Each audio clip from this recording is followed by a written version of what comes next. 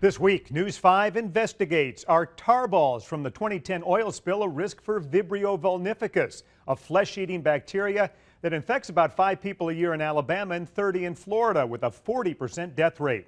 We've told you about the study done by a marine microbiologist at Auburn that shows high levels of Vibrio in tar balls and surrounding water, levels 10 times more than before the oil spill.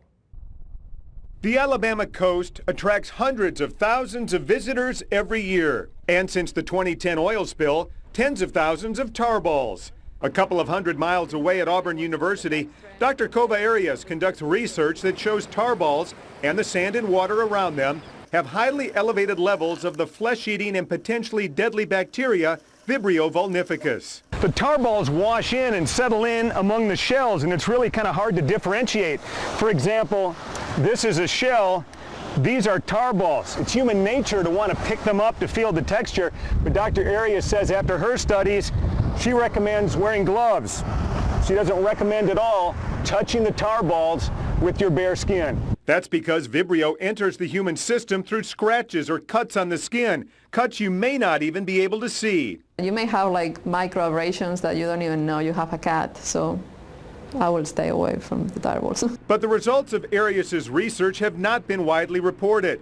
And as Tropical Storm Karen washed in a new batch of tar balls last month, beachgoers were oblivious to the dangers. Do you have any concerns about encountering tar balls or stepping on them, or your kids playing with them or anything? No, not really. Doesn't seem to be a concern. No concerns about it? No. This summer, when News 5 walked the entire Alabama coast to assess the number of tar balls, the attitudes were much the same.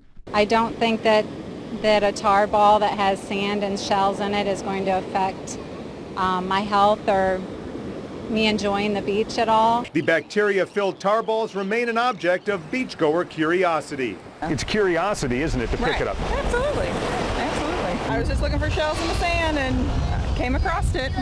So. And it's hard to differentiate, isn't it, from the...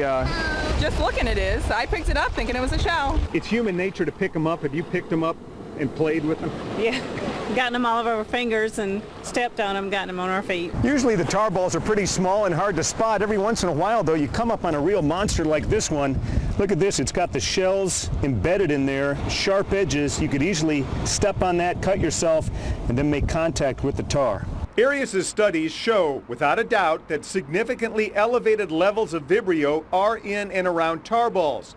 But so far, there's been no documented case of someone getting the flesh-eating disease from the tar balls. So the only thing we know is that they do have a lot of Vibrios, particularly during the summer months, and they have more Vibrios than sand on water. Still, Arias urges caution. We don't know if you can get infected with Vibrio vulnificus by touching a tar ball, but the possibility is there. The possibility of getting the disease so horrible and fast-acting that it's deadly almost half the time and can kill in less than 2 days.